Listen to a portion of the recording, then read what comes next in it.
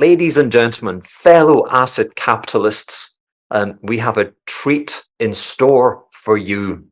I've teased you about the five experts. There perhaps are only five people who truly understand money. I'm not suggesting the next guest is one of the five. I'll leave that for you to determine. But it is with great anticipation that I welcome the legendary.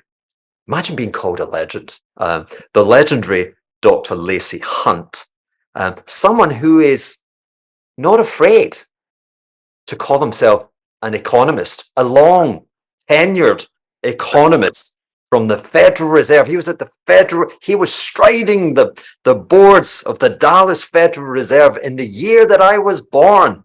This is a sprightly 80-year-old proof was ever necessary that we become younger via the application of mischief, intellectual mischief, and curiosity. Lacy, thank you from the bottom of my heart. Thank you for gracing us with your company today. All right, thank you. I'm glad to be here.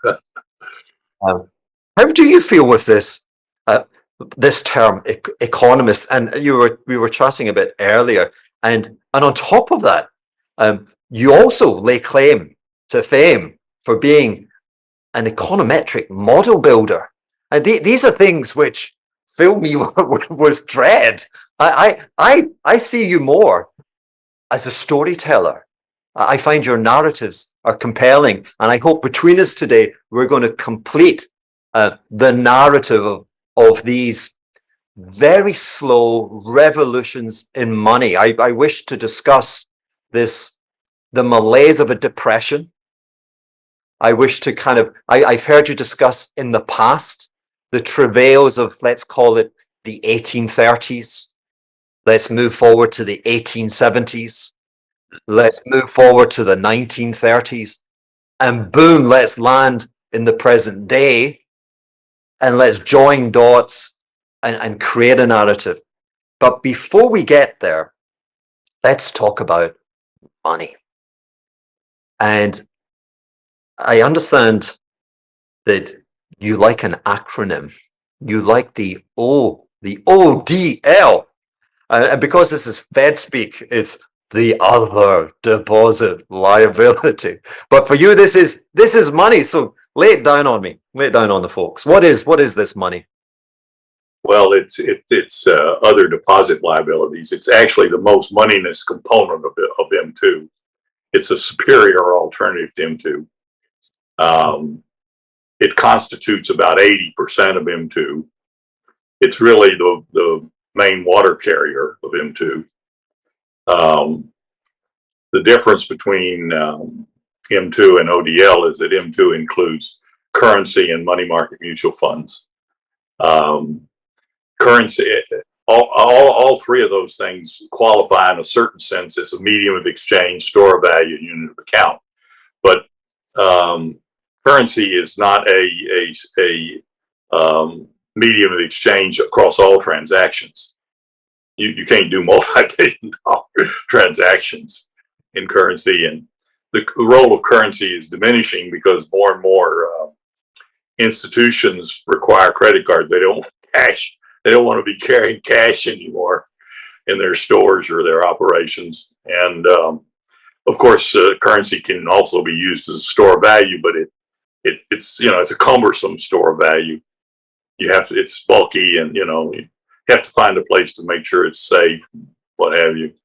Absolutely. I'm guessing that the key giveaway in the title ODL is actually the liability, that we're looking at the liabilities of banks. When you put money with them, it's their liability. They have for the last generation, the burden has been slight, which is to say interest rates have been non-existent, but there is an obligation to fund liabilities with assets, and those assets typically are the extension of credit into the wider community. And that's the reason why ODL is superior, because it is the main funding for bank assets. Exactly. So ODL is not only a monetary aggregate, it is really a proxy for the credit aggregates at the depository institutions. And so it's doing both functions, I think. Yeah, And but it, really the superior measure. I fell into it by accident because the Fed quit publishing the monetary data weekly. And so I wanted to be able to track what was going on. And I was able to find this component on the Federal Reserve release H8. And it's available weekly. It's a very telling indicator. It's a useful. It turns out that it's superior to M2. okay. Yeah, I mean, I'm going to test that superiority in a minute. But if we were to put that in kind of cents and dollars and these newfangled thing called trillions, are we talking about, in absolute terms, are we talking about like $4 trillion of ODL? No, well, M2 is about 20, and ODL is in the 16-17 trillion dollar range. So it's about 80% of M2, more or less. Yeah. And it's like 75% of nominal GDP, give or take. That's correct.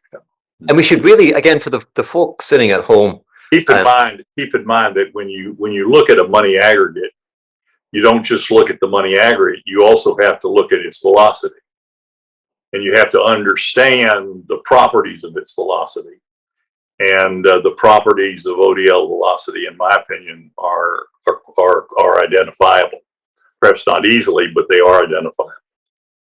Okay. Well, perhaps that's what's missing in the charts when I look at the charts. I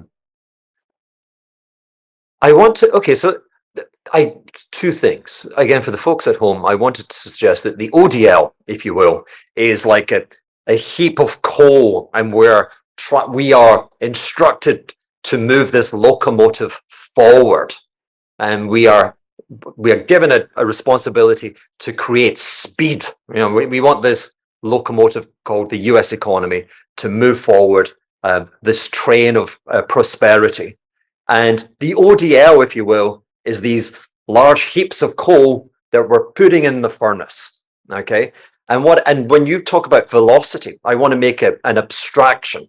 I want to say that we have this $16 trillion heap of coal, but we have someone in between who is responsible for putting the coal into the furnace.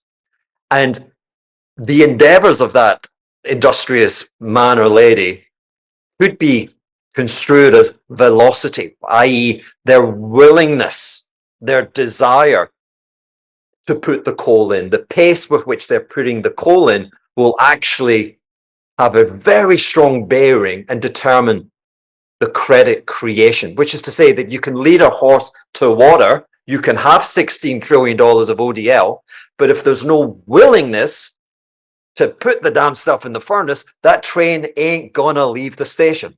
That's a very well stated reason why it's entirely foolish to look at ODL without understanding and also simultaneously considering what's happening to its velocity. Yeah, and I understand. One without the other is immaterial. Indeed. So your father was I think a very notable psychologist. Yes, he was very learned. Yeah, I spend a lot of time being examined by psychologists. I'm fascinated. But anyway, I digress. I digress. But there's a psychology to this, and I think, and because the psychology is hard with your endeavor to build models, I fear it's not given the significance that it's owed. What do you say to that? Well, no, psychology is extremely relevant. And I didn't realize this, but my father was a first-rate educator. He was a very wise man, and he introduced a lot of things to me, and he taught me psychology. And when behavioral economics came around, I said to someone, I didn't realize that I'd been a behavioral economist before I was an economist, thanks to my dad. But the way I look at it is that ODL or money is an endogenous variable. Yeah. In other words, it's not, ODL is not determined by the Fed. Fed has an influence on it, and the velocity of money is also endogenous. GDP, the inflation rate, the labor demand, they're all endogenous variables. And so you have to realize that both of them have a lot of moving parts. And one of the elements all the time is always the psychological factor. It's one of the reasons why econometric models have difficulty. Indeed. Because it's very difficult to gauge these things. I prepared these little charts just to kind of put things in perspective. So I didn't have time, or I didn't have the capacity to find a long-term chart of the ODL, but as you correctly point out, ODL is perhaps 80% of M2. And if we were to look at this, you have to splice it together. You have to know the monetary data, use the flow of funds and the existing series. It by itself, the pure ODL statistic has a limited history, but you can splice it together. But it requires a bit of a tedious effort, so I'm not surprised you had some difficulty.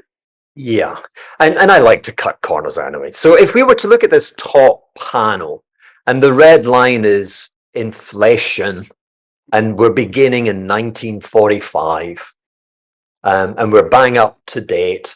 And this y-axis, this is 0, this is 10, and this is 20%. And the black line would be M2, and we're using that as very much the proxy for ODL. My issue when I look at that is, as much as I damn try, I can't get excited. I can't see. No, and you couldn't, and that is the drama. Yeah. That's the correct interpretation. The great statement, Friedman's great statement that inflation is always and everywhere a monetary phenomenon. If you read Friedman's technical work, you will see that he said that this was based on the assumption that the velocity of money is stable. Now, when Friedman was writing and producing his empirical work there from the early 50s to the early 80s, he did no major work after early 80s. The velocity of money was stable. It wasn't constant, but the fluctuations were so unimportant that it really didn't matter whether velocity was moving up or down. It was in a really narrow little range. And so in that time period, the rate of change in money very quickly correlated to changes in nominal GDP. And then from there, it spread to economic activity and inflation. One of the things, to sort of illustrate this for you, Paul Volcker, everyone recognizes as being a great Federal Reserve chairman, but he was also an outstanding economist. And he had a tremendous strategic view of the role of money. And in his book, which was his autobiography, which was written in 2018, he said that the monetary model that they followed when he was Fed chairman was the best then, and it's still the best now. And you may question why he would have said that, because he had acknowledged earlier in the book that when he was chairman, the simplistic model of Friedman only held because the velocity of money was stable. And Volcker was aware that Friedman had recanted on velocity being stable. But he still said it's the best model. So today, what I do is I look at ODL, and then I also look at velocity of money. And so, and they're both complex variables. They're endogenous. There are a lot of moving parts. But I am convinced that, just as Paul Volcker was convinced, that the monetary model is still better than what we have. It's a complex model. It's not simplistic. And to assume that there is a direct relationship, just as you pointed out, is absolutely correct. And people that try to do that are going to be misled all the time. Well, money times velocity equals GDP. Let's look at that time series and let's apply the model, because again, in the upper chart, here we are, here's 1980, peak inflation, but here is money supply growth, and we see money supply growth peaking round about, I want to call it, there's 1975, I want to call that 1977. When was Volcker appointed? 79? Volcker went in 79. Okay, so Volcker really comes in right at, he comes in. First of all, let me just looking at your chart here. Yeah. I know the chart very well, but I wouldn't rely on this chart. Okay, so why? Let's examine why. If you look at the 70s, you'll see that there was a big peak in 71 and 72, and then there was a secondary peak in 75 and 76. Okay. Now, the best thing to do is to look at the 3-year moving average, right? But also to be simultaneously looking at the velocity of money. Now, you'll notice that the monetary growth is coming down there in 77 and 78, but the inflation rate does not respond.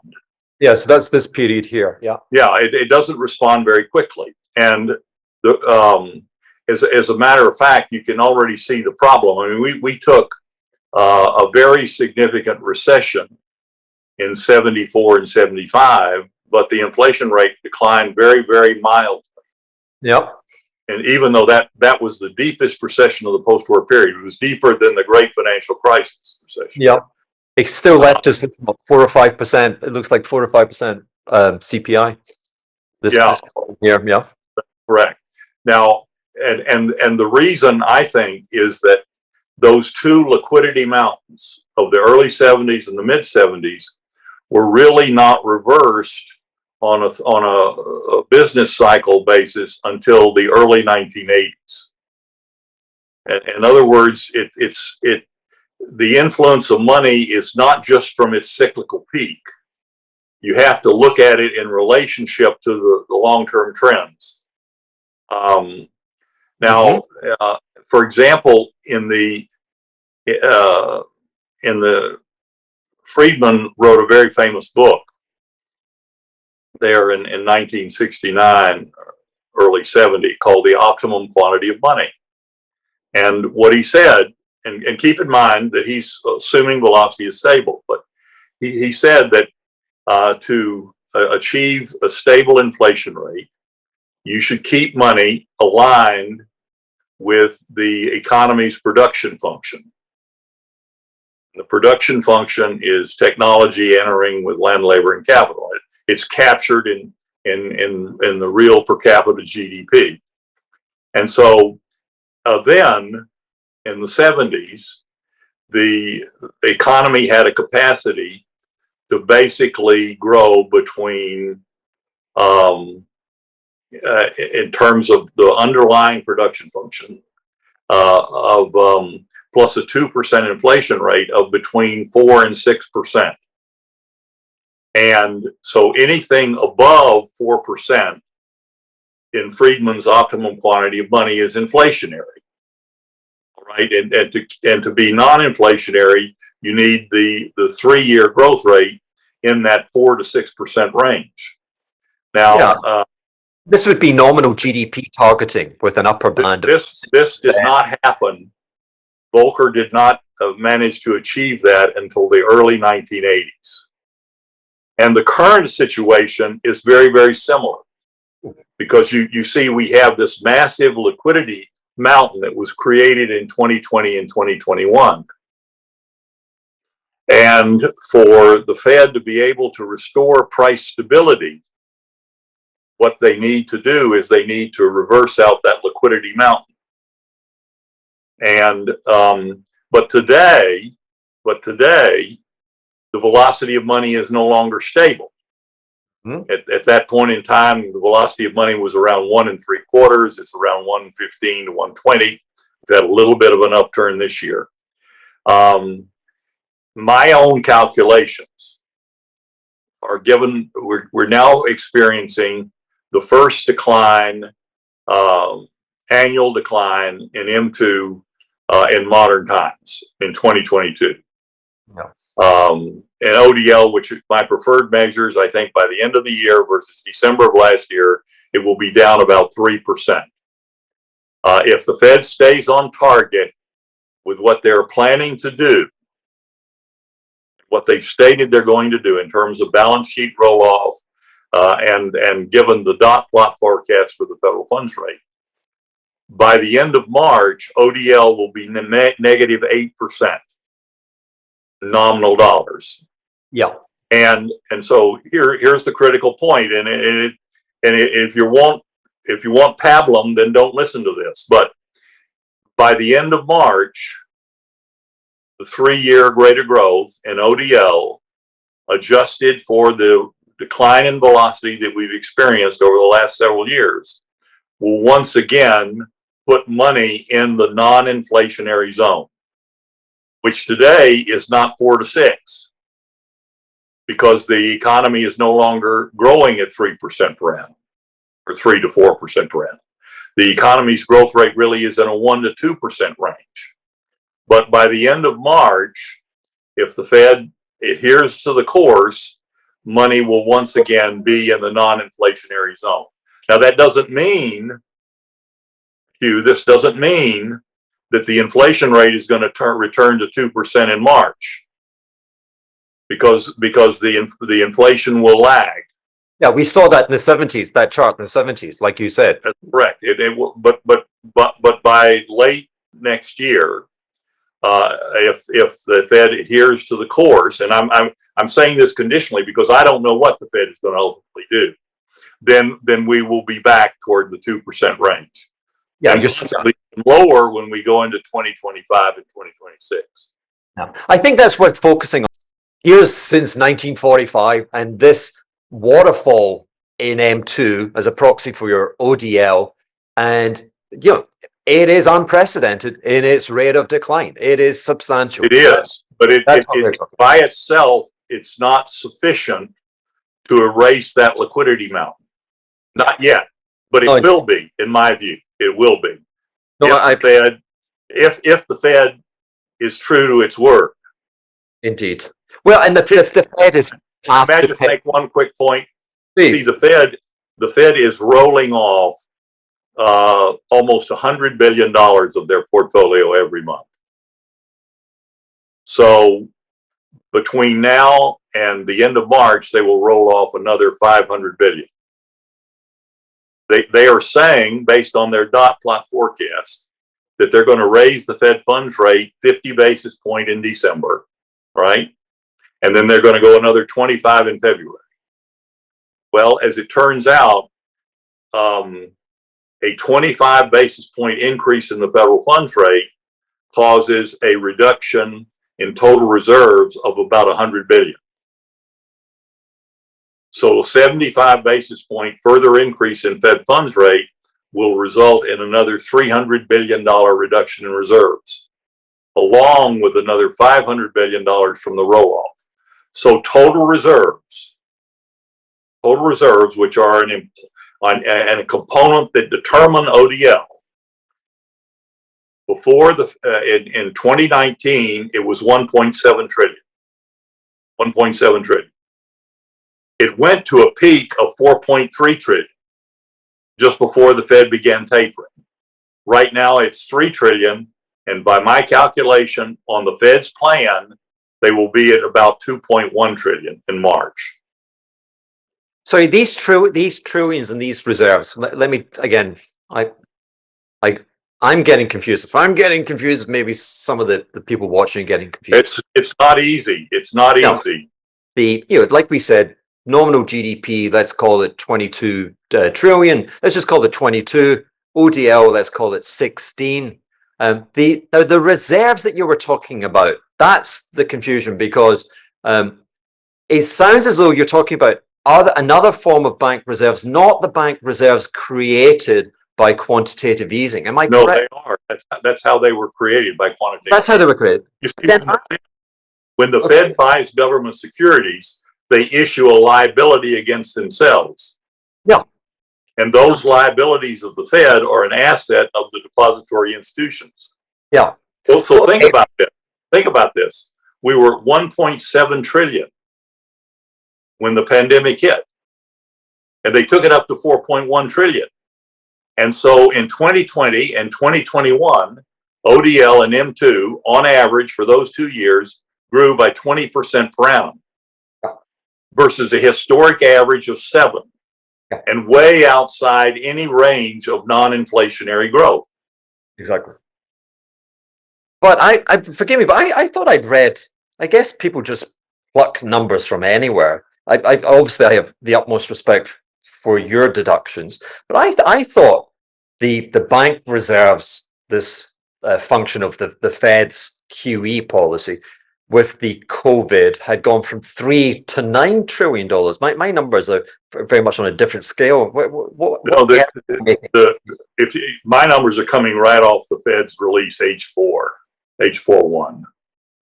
Okay. The Fed's balance sheet is larger than total reserves, but and then of course some people take a balance sheet of the consolidated Fed and the Treasury, but the active ingredient is total reserves. Now, total reserves are linked to ODL by what is called the deposit multiplier.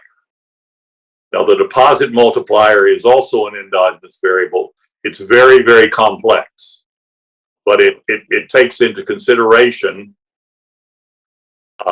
the ability of the banks to charge all of their costs to their borrowers. And the banks have three basic costs. They have their overhead costs, their employee costs, they're running the buildings and networks and so forth. Then they have the cost of money. And the third cost that they have is the risk premium. And the risk premium is the likelihood that a loan or a security that they buy defaults. And as the economy begins to weaken, and I think we're beginning to see this right now, the risk premium is rising. This is one of those psychological components. And I think what we will find is, as the banks start seeing their delinquencies increase, and they're beginning to see it, particularly in the subprime automobile market, the Cap 1 credit card metrics for September showed it. The consumers engaged in a massive leveraging so far this year. We've seen an unprecedented leveraging of household debt. That's what they had to do in order to cover the gap between their income and the surging cost of these basic necessities, food, fuel, and shelter. And so the consumer has leveraged themselves very dramatically. A year ago, the saving rate was 8%, it is now 3%. And they did that by physically taking on a lot of credit card debt. In fact, the banks are now pulling back on the credit card, and what we're beginning to see is an uptick in home equity loans. None of this is stable. It allows the households to get by from month to month, but it builds problems down the road. And so as these delinquencies go up, the risk premium will rise. And even if the Fed at some point begins to raise the federal funds rate, the risk premium may rise faster than the Fed funds rate declines. That's and policy will prove to be very impotent. Yeah, I agree with that. So this whole conversation about velocity, I find it's an unwelcome abstraction. I want to put it to you that you've lived a long and varied life, to which I congratulate you, and I'm hoping to emulate. I can't emulate you. I'm in St. Bart's surfing, but anyway.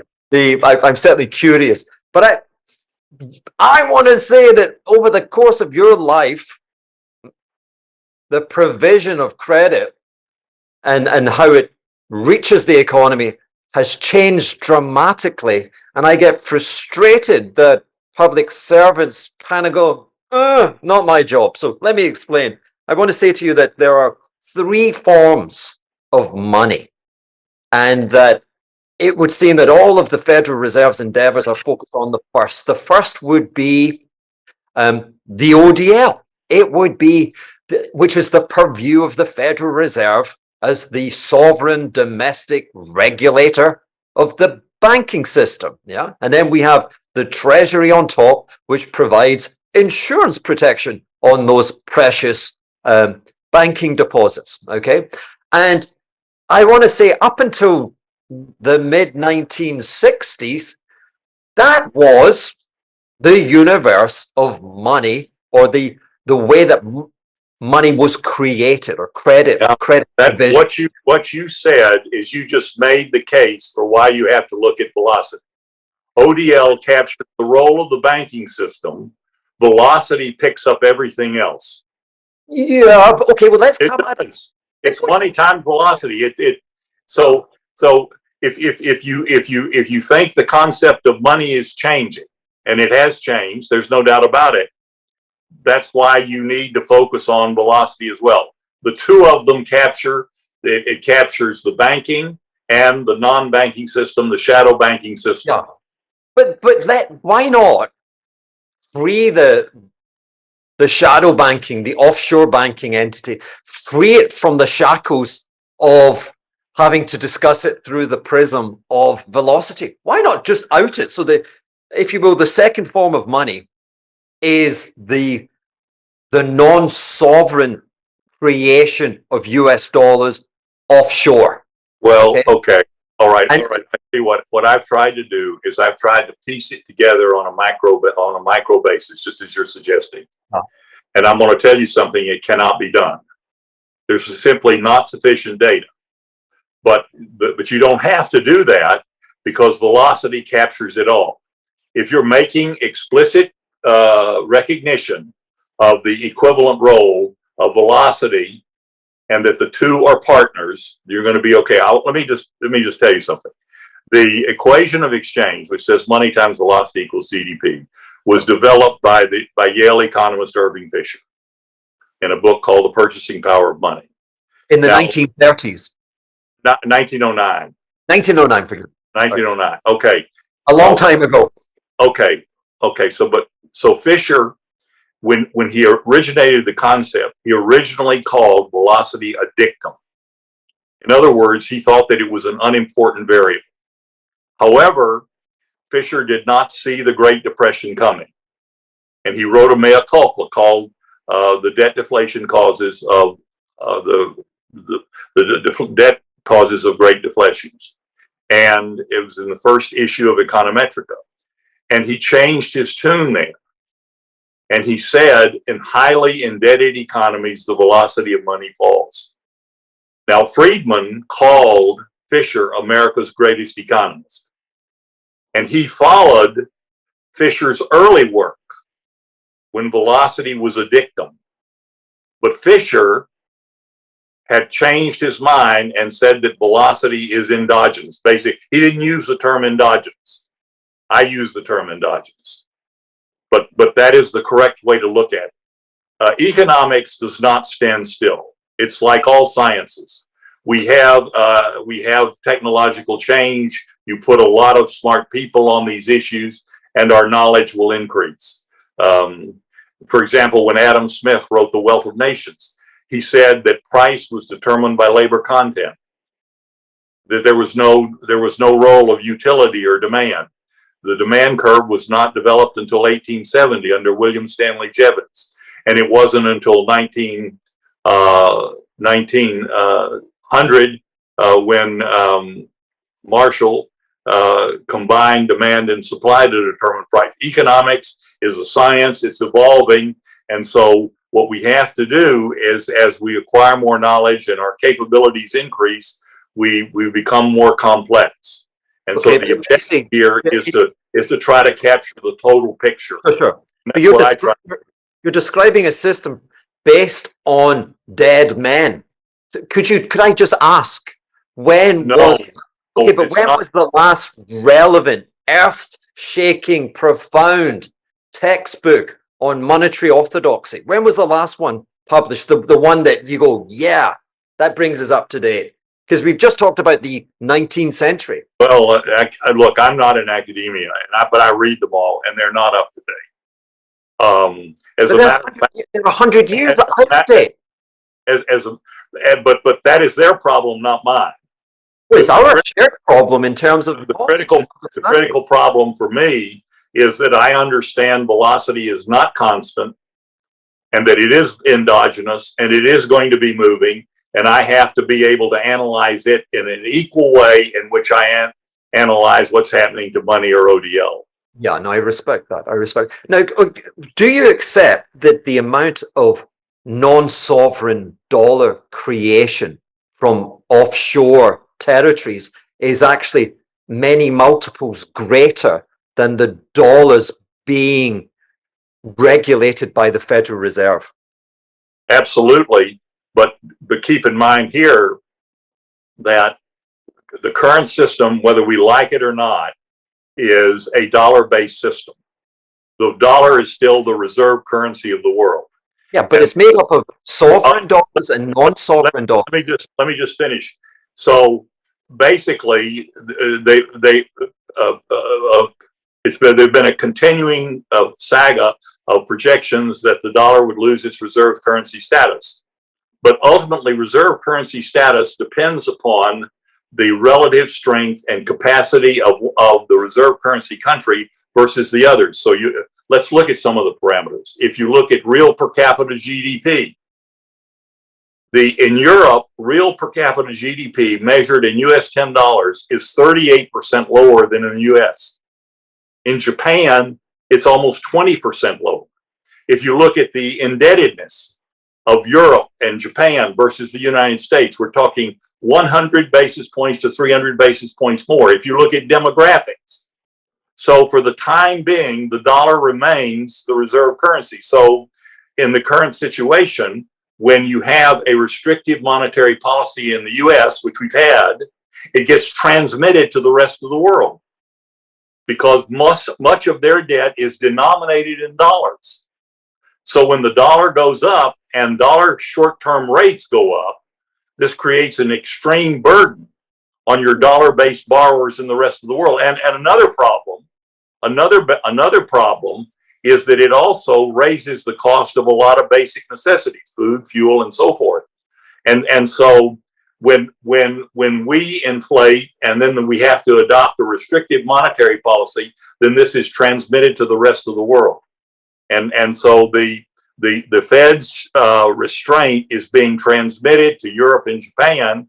And ironically, in this environment, what are the Europeans now doing? They're tightening monetary conditions on their own, even though there's restraint flowing through from the U.S. efforts through the foreign exchange markets. And so the world economy is heading for very tough times, my friend.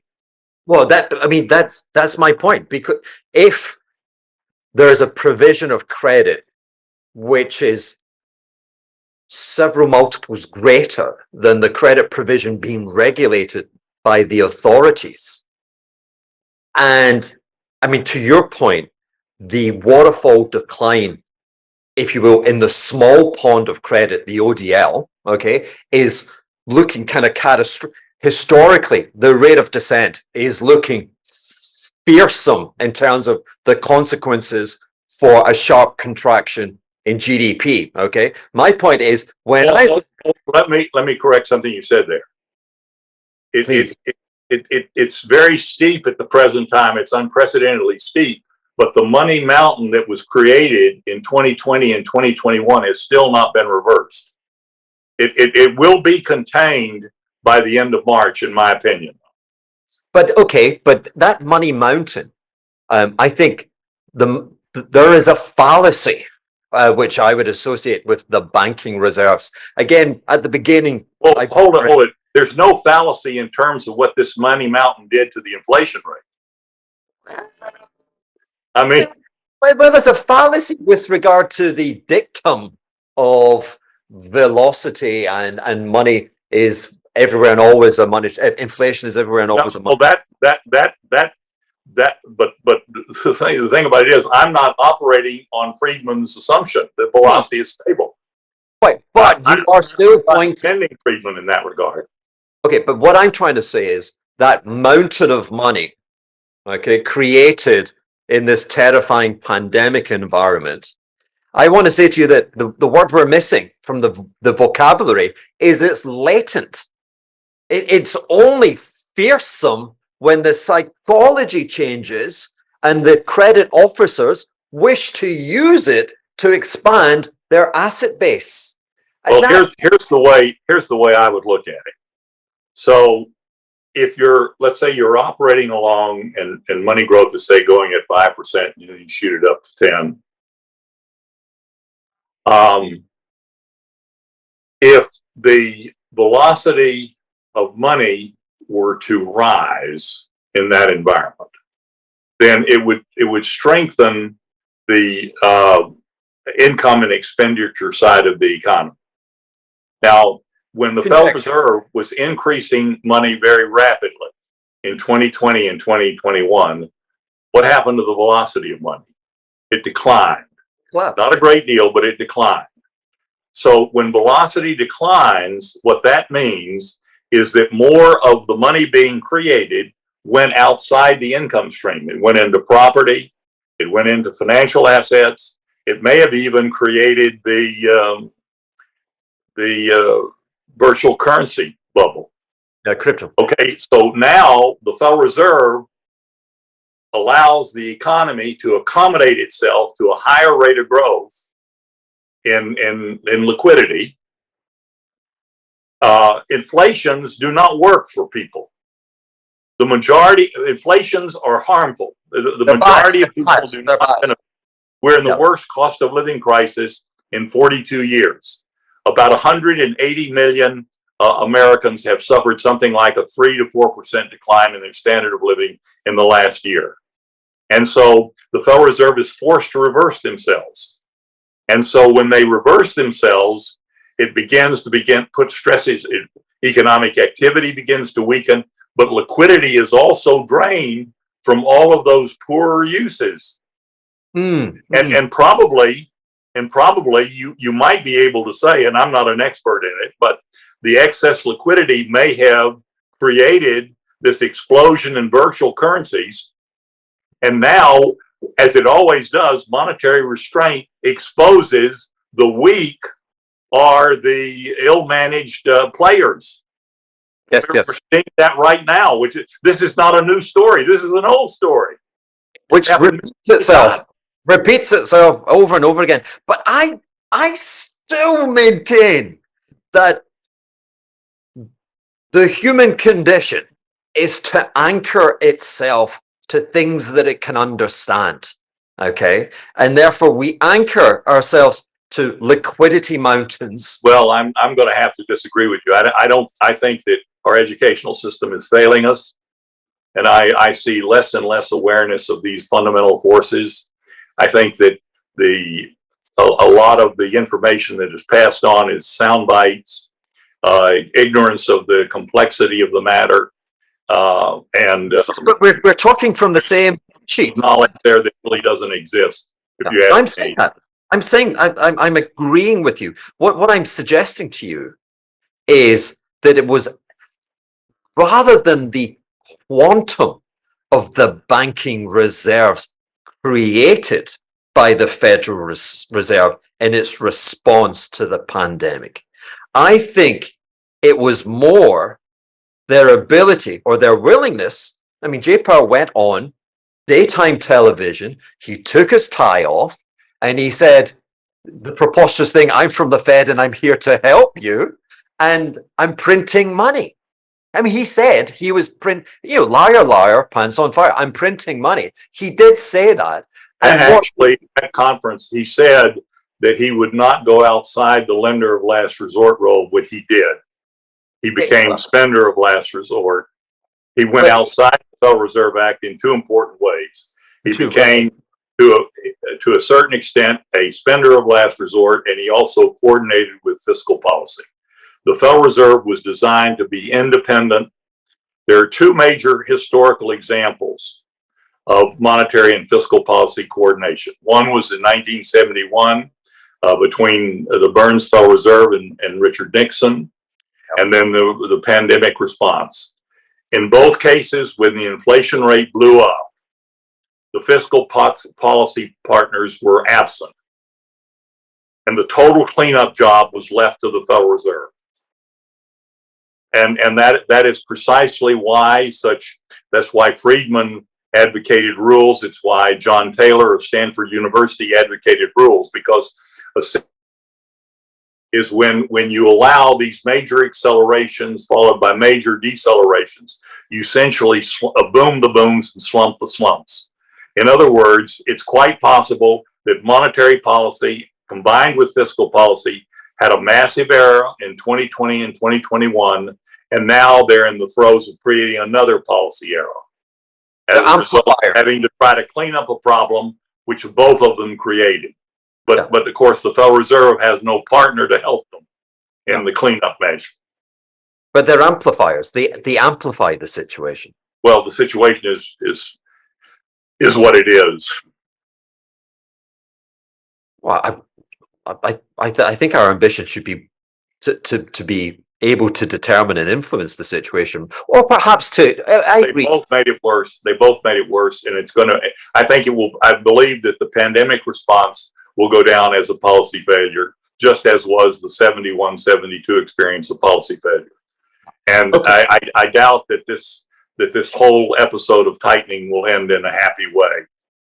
Yeah, I like when I take your analysis, that rate of decline in the ODL, when I see the destruction of the collateral-based non-sovereign dollar creation, I'm seeing real.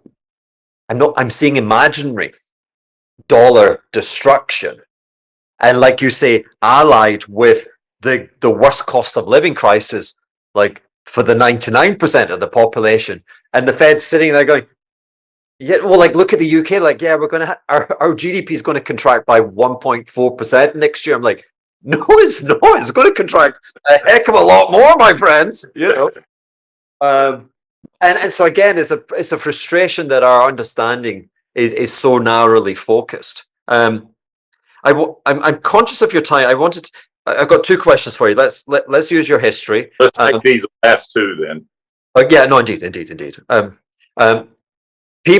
People make the direct association with today in the 1970s, but you could also take it to the inflation mini peak the peak we saw after the Second World War. Like CPI peaked at 18%, I think, in 1948. Yeah. I want to say that the 1970s actually was sustained by monetary creation, whereas 1948 was very rapidly dealt with because there was not the exuberance of monetary creation. Where are you in terms of trying to find an anchor for today's inflation flare? Well, keep in mind, during World War II, we had massive wage and price controls. And so at the end of the war, we had rationing as well. And so there was forced saving. The personal saving rate went up to 25% during World War II. People had acquired a substantial quantity of what we'll call savings bonds. They still have them, but they're not in use like they were then. And so when the war ended, you had this massive conversion from swords into plowshares, and people were able to finance it by converting their savings bonds into money. But that is a typical response of a post-war period. That was that was not an unusual situation. Indeed, and the domestic banks didn't go, oh heavens, this is a hot potato. We've just received all No, these liabilities. We must create assets, i.e. money. They went, no, and the folks had essentially what was equivalent money asset, wasn't defined as money. It was holdings of U.S. savings bonds. Yeah. And so that when the GIs came back, then they drew their families drew their savings bonds down. They began to buy homes and cars. You couldn't buy a home during World War II. Yeah. So that experience, in my view, is not correct.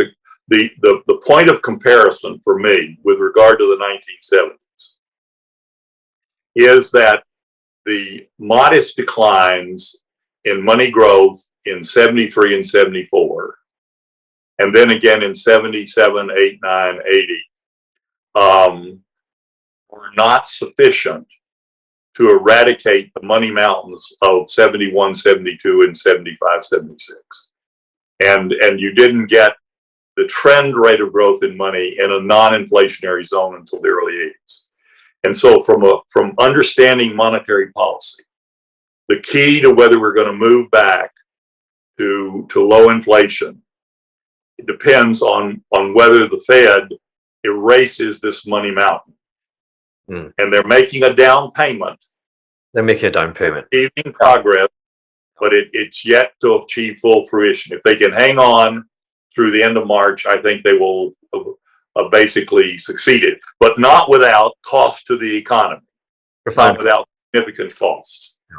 You see, I agree with all of that. Yeah, I agree with all of that. I think the 70s was different because the non-sovereign dollar creation remained frantic until the Fed damaged the economy, and then the non-sovereign credit providers pulled back. Whereas today, the non-sovereign dollar creators are actually contracting with the Federal Reserve. And so I'm very fearful about what happens next. But I'm on the same page. I think another element that's very different, and I don't have the numbers in front of me, but in the 1970s, you had the largest decline in the dollar in modern times of almost 40%. Because remember, Nixon closed the gold window in 71, and there was a big decline in the dollar then. And then as a result of the policies of Burns and particularly G. William Miller, the dollar fell further. But that's my point. That's my point. But now the Fed's restraint is working and the value of the dollar is rising. There's a major difference between the dollar in 1970 and the dollar today. Okay, well, here's another interpretation of the same observation. I'll be glad to send you the chart, but I mean, this is a well-known phenomenon. No, hey, listen, the dollar weakness in the 1970s is absolutely well recorded and well accepted. Okay, the dollar strength today is well accepted and well recognized. We are not disputing that. We're disputing the underlying phenomena. Okay, and what I'm suggesting, I think it's basically transmitting distress to the rest of the world and to us. Yeah, but again, it's we refuse to look at the non-sovereign dollar creators, right? So in the 1970s, the Eurodollar system, which is reserveless, it is a system where you've taken the government out of the provision of credit. There are no reserve requirements, and it's a new thing. And offshore banks went crazy. They were ebullient. Okay.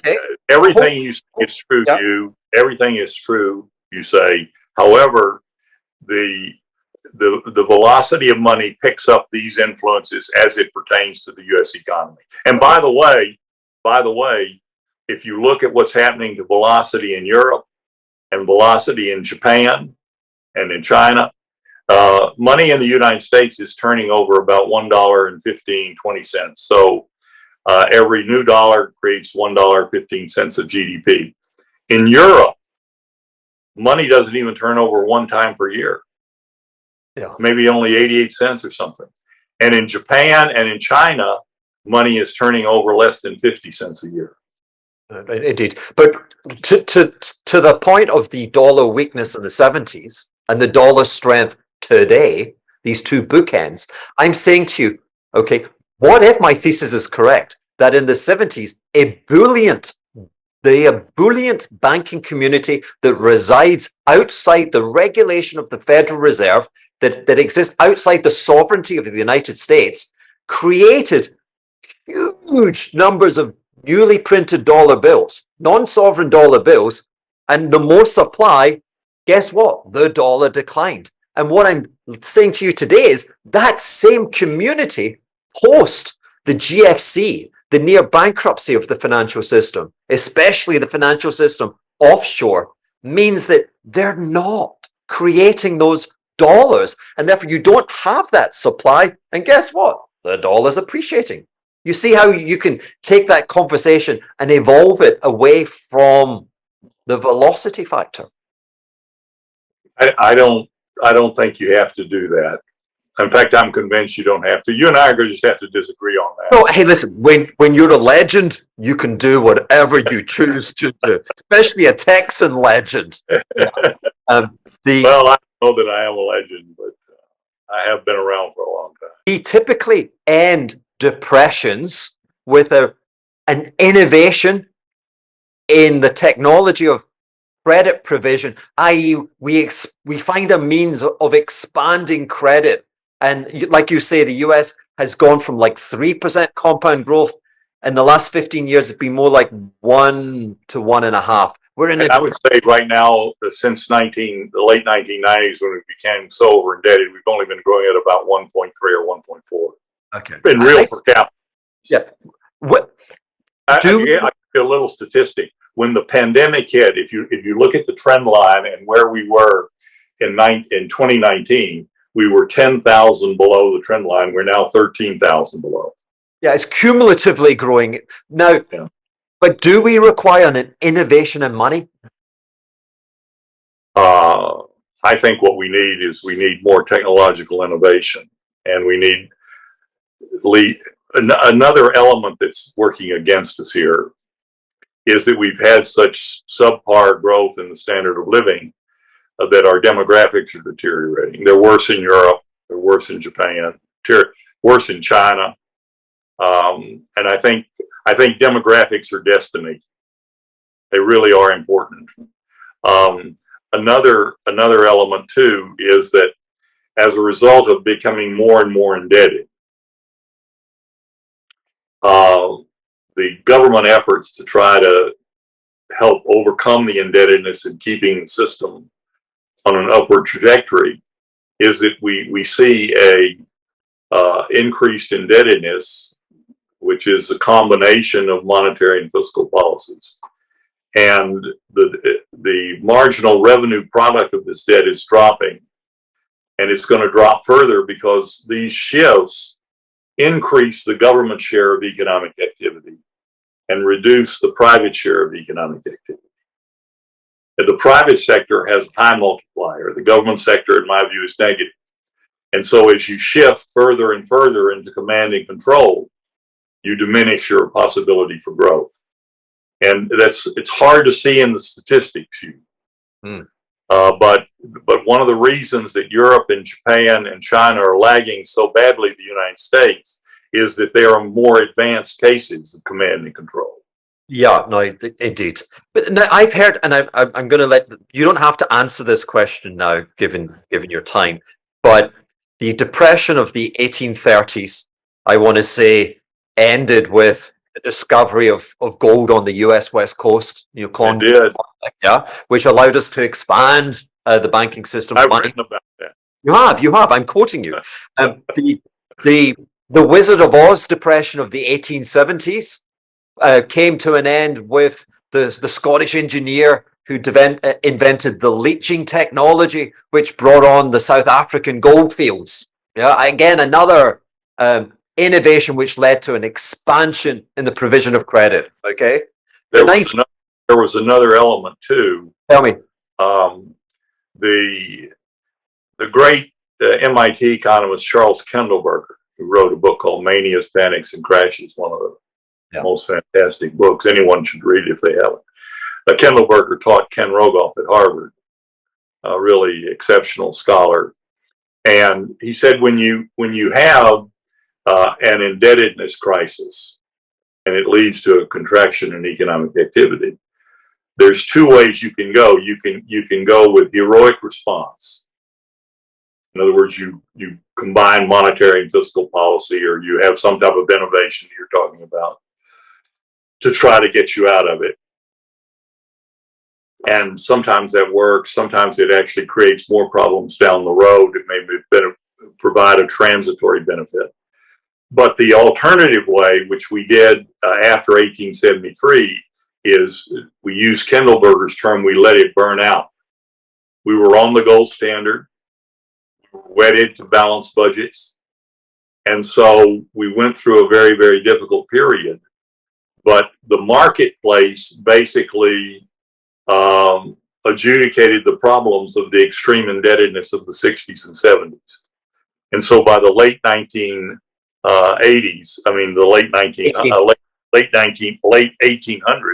the economy was very lowly indebted, and we were prepared to go forward. So a heroic response isn't always the best. To give you another idea, for example, if Japan had done nothing after 1989, like we were forced to do after 1873, then they would be long out of their problems. But they've tried one heroic response after another, which have ground them further and further into a growth. I mean, you could say that they've deployed subterfuge, that actually they could not think of a heroic response, and so they created quantitative easing, which is latent money. It's a subterfuge. It is a leitmotif where you can pretend that you're doing something. That's right. You need to assure people that you're the fiscal policy authorities, and it's like Mario Draghi used to say, I will do whatever it takes. And that presumes that he has the capacity to do whatever it takes. And in my view, the only way that you can try to do that is something extreme, which results in money printing, and then it results in high inflation, and then you damage more people than you hurt. They help. And the Treasury bull market, 1982 to present, it's been half of your life. Yeah. All things end. This interview will end, I promise you. But are you a Buddhist? Will the Treasury bull market end, and in what circumstances? Well, the main thing that I would say to you right now is I think that we're in the zone of the peak. There's a good possibility we've already seen the peak in long-term rates. It'll be we're in a transitional phase. Transitional phases are always difficult. A lot of ebb and flow, but I think that we're going to see the yields come down as we go through the course of next year, and then I think it will extend. I agree. Listen, you've been so kind to my badgering. I think I've been the rudest person ever to interview you. I apologize. But I leave this conversation mystified and of course humbled by your many decades of service and your great curiosity. I thank you very much. You're certainly welcome. All the best to you. The legendary Dr. Lacy Hunt.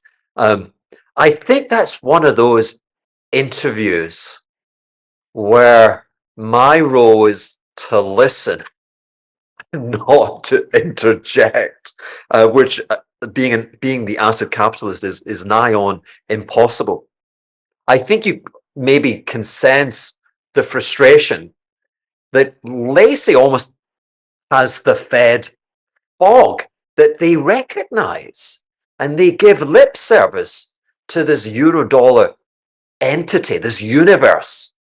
But they come back and they say, oh, it's too complicated. And again, I say to you, Elon, there's a big if, but if Elon Musk, A, can turn around Twitter, B, if you can get a man to set foot in Mars by the end of this decade, come on.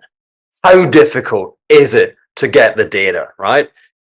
The US has supremacy in terms of the theater of fear, right? Already it's like, if you trade with Iran, you're struck off. If you trade with Russia, you're struck off. So tell me, how difficult is it to go to the very same international banks that are responsible for the euro-dollar system and say, guys, I'm thinking I need your euro-dollar data. Now, what this euro-dollar thing, right? Let's talk about it. Lacy admitted, and I think the Fed admits. So where were we? We were saying these monetary liabilities, these deposits of the banking sector onshore. I think we were saying they're $16 trillion. And that's the purview of the Federal Reserve. It's the local bank regulator looking after $16 trillion. But offshore, in the anarchy that exists offshore, there's maybe 2x, 3x, 4, there's maybe $100 trillion. Now, what are these dollars?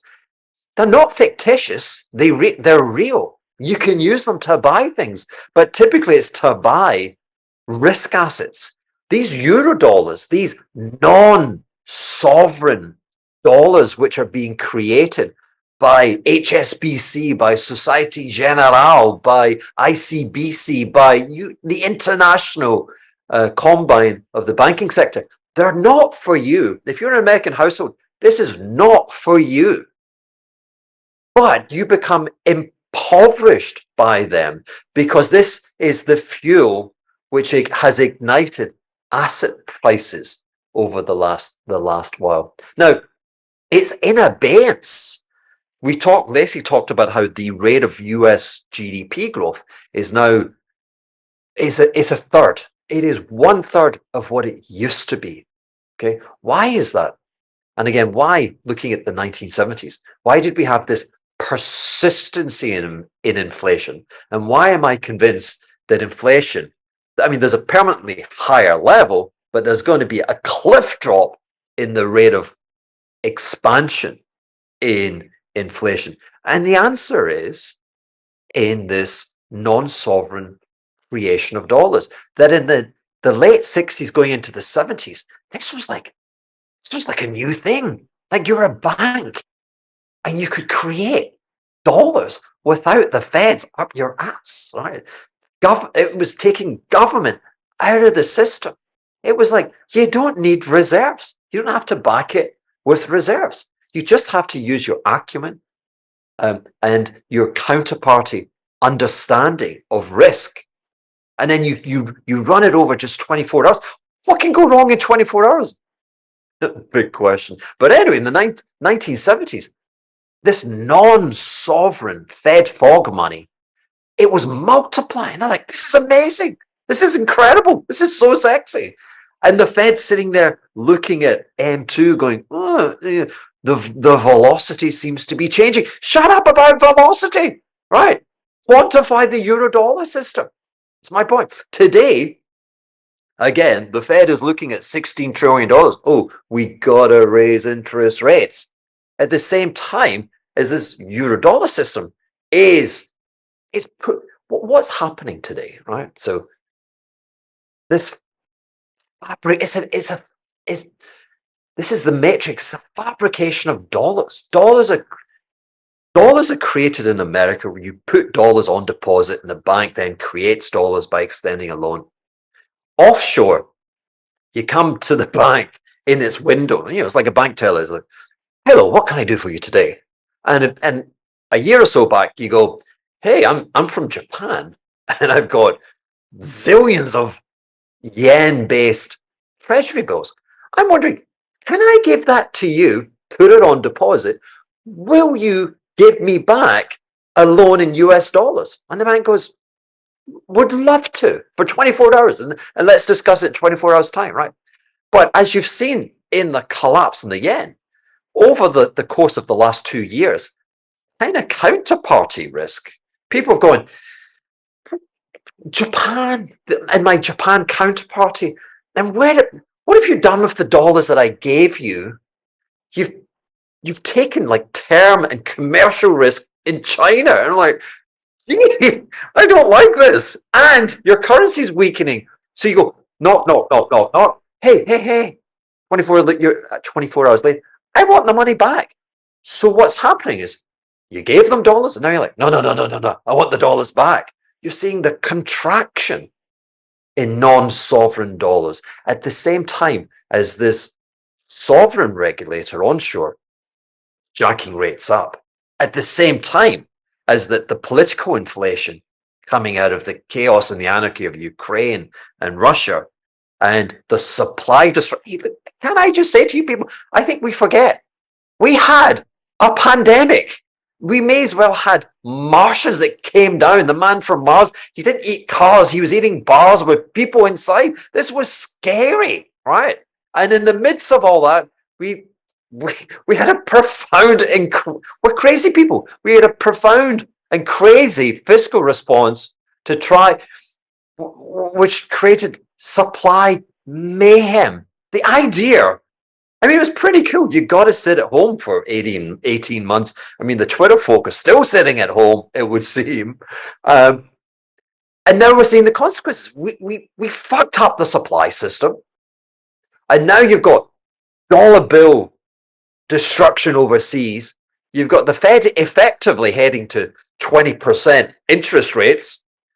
You've got the 99% of people who are not getting wage increases, whose bills are up here. And so we call that a cost of living crisis. And people think that we're going to have a bit of a downturn. You think we're going to have a bit of a downturn? We're going to have an almighty fucking downturn. So welcome. Hello, is anyone there? Welcome, right? Here is half the life of Lacy. Here is 40 years of yields collapsing from the Volcker yield, the Volcker years, collapsing from 16%, 20%, what I was 10 years, 16% to nothing during the pandemic. And you know, I like my lines, and I've been saying that we're kind of this is the death zone for treasuries. Okay, we've broken the trend, but markets are not linear in outcomes. In that, when you have lines, they get broken. You create fear, you create anarchy, you create uncertainty. This is the anarchy of uncertainty. The magic anchor has been broken. You know, it's like, oh my God, I thought the earth was flat. Maybe it's round. That's where we're having this like deep psychosis. Okay. I want to say to you, let's zoom in. That's like many, many years. Let's look at the last year. And would you believe I put a little circle? Why did I put a circle here? This was the peak. We got to almost 4.5% 10-year treasury yields. I thought I was attracted by that rate of ascent in the trend. Very severe, usually kind of marks some intermediate top. Anyway, here we are today at 380. I was managing a hedge fund today. I'd be sorely tempted. I'd have treasuries. I'd have a Delta One exposure. I'd buy. So say I had 100. Let's be bullish. I was running $1 billion hedge fund. Let's be really bullish. I was running a $10 billion hedge fund. I mean, if we think of last week's guest, Jeffrey Sharman, he's running 100 billion. Okay, I'd buy 100 billion treasuries today. Maybe I'd buy 50 billion. And I'd buy a bit more if yields go up. But I think that 4.5% could be the top. So if we buy there and it goes 380 to 450, you lose 18%. That ain't nice. And that's why maybe I would taper my size into it.